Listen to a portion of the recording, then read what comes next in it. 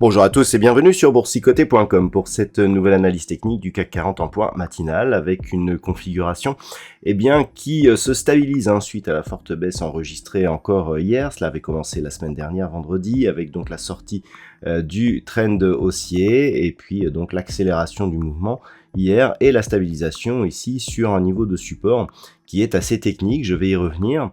Pour l'instant, en tout cas, malgré les problèmes qui subsistent autour des interrogations concernant SVB, on a une stabilisation des marchés qui s'opère donc sur cette zone des 7015 points. Et nous allons voir un petit peu en fonction des autres événements qui vont arriver dans la semaine, comment cela va évoluer. Au niveau des indicateurs techniques, alors on avait une grosse amplitude ici au niveau des histogrammes du MACD qui est en train de se retourner. Alors il faut attendre la clôture de la bougie, on est ici en unité de temps 4 heures. On va voir si vraiment ce signal ici se confirme. Au niveau du RSI, on est en zone de survente. Donc là, ce qui est intéressant, c'est d'observer justement le retournement des histogrammes ainsi que la sortie de la zone de survente de la part du RSI. Ces éléments pourraient nous donner un signal de retournement un peu plus probant. Donc, une configuration, je dirais, assez stationnaire. Au niveau des valeurs, ça se calme un petit peu aussi, puisqu'au niveau des plus fortes hausses, on retrouve des valeurs qui progressent bien, comme Thales, qui gagne 1,96%. Derrière, nous avons Safran, Hermès, Unibail-Rodamco, Sanofi ou Airbus. Et puis, au niveau des plus fortes baisses, on a des valeurs comme Renault, AXA, Saint-Gobain, Eurofins Scientifique, Crédit Agricole, Société Générale. Alors, les financières sont toujours, les bancaires, sont toujours dans la partie, inférieure du classement des valeurs du CAC 40, mais avec des baisses beaucoup moins marquées que ce qu'elles étaient notamment hier. Donc, d'un point de vue technique, si je reviens là-dessus, la configuration est relativement claire. Lorsque l'on écarte un petit peu la vue, on a ici donc une tendance d'impulsion avec une impulsion initiale suivie d'un mouvement de suivi. Si on prend l'intégralité de l'amplitude de cette dynamique, on voit que on a eu donc une phase de hausse, un gap de rupture, une accélération.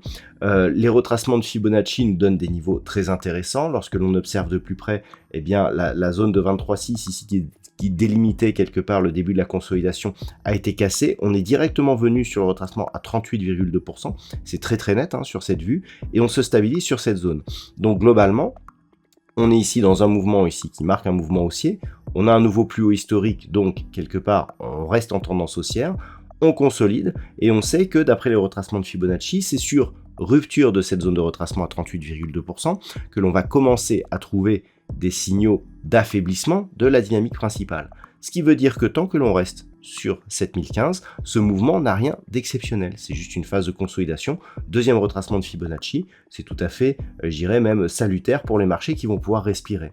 Par contre, si les cours cassent ici cette zone, là clairement on sera plus sur une phase d'affaiblissement. On aura donc un objectif intermédiaire ici à 6950 qui est tout de même d'importance puisque c'est le dernier point bas ici que nous avions connu dans la deuxième dynamique ici de suivi, avant éventuellement un retour ici dans cette zone 50-61,8, voire même potentiellement retour ici jusqu'à 6750 points qui d'un point de vue moyen terme là aussi aurait une certaine signification puisque on reviendrait tester ici cette zone de résistance qui n'a plus été retestée depuis la cassure que nous avions connue ici au début de l'année.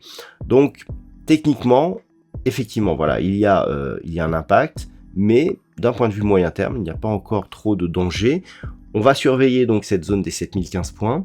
Un retour au-delà des 7110 serait un premier élément, mais le rebond resterait technique. C'est vraiment autour des 7200 points que l'on trouverait, des signaux d'invalidation d'une possible poursuite du mouvement baissier, mais pas avant. C'est-à-dire que tant que l'on reste sous 7198 points, au mieux, on est ici dans une phase donc qui avait connu un moment de temporisation où donc le support deviendrait résistance. Donc globalement, tant que cette zone n'est pas recassée à la hausse, on reste dans une perspective tout de même plutôt baissière. Voilà donc ce que l'on peut dire sur cette analyse technique du CAC 40 en point matinal. D'un point de vue macroéconomique. La journée sera un peu plus chargée. Donc en Grande-Bretagne, ce matin, nous avons eu l'évolution du nombre de demandeurs d'emploi. Le chiffre a été légèrement inférieur à ce qui était attendu. Cet après-midi, donc il n'y aura pas de statistiques majeures ce matin du côté de l'Europe. Cet après-midi, nous allons avoir les chiffres de l'inflation qui seront dévoilés aux États-Unis. Alors attention, c'est toujours 13h30, puisque les États-Unis sont déjà passés à l'heure d'été. Et donc ces chiffres de l'inflation, eh bien, est un peu le chiffre important de cette semaine du côté des US. Donc on pourra avoir de la volatilité éventuellement sur ce chiffre, même si depuis justement que nous avons eu ces problèmes bancaires du côté des États-Unis, on sait que du coup cela pourrait provoquer un desserrement un petit peu de la politique agressive de la Fed. Donc l'inflation sera vraiment à relativiser et il sera intéressant d'observer ce qui se passera justement suite à la diffusion de ce chiffre macroéconomique. Pas d'autres statistiques ce matin, je vous souhaite donc de passer une bonne journée. On se retrouve dès ce soir pour toutes les autres analyses techniques du site boursicoté.com.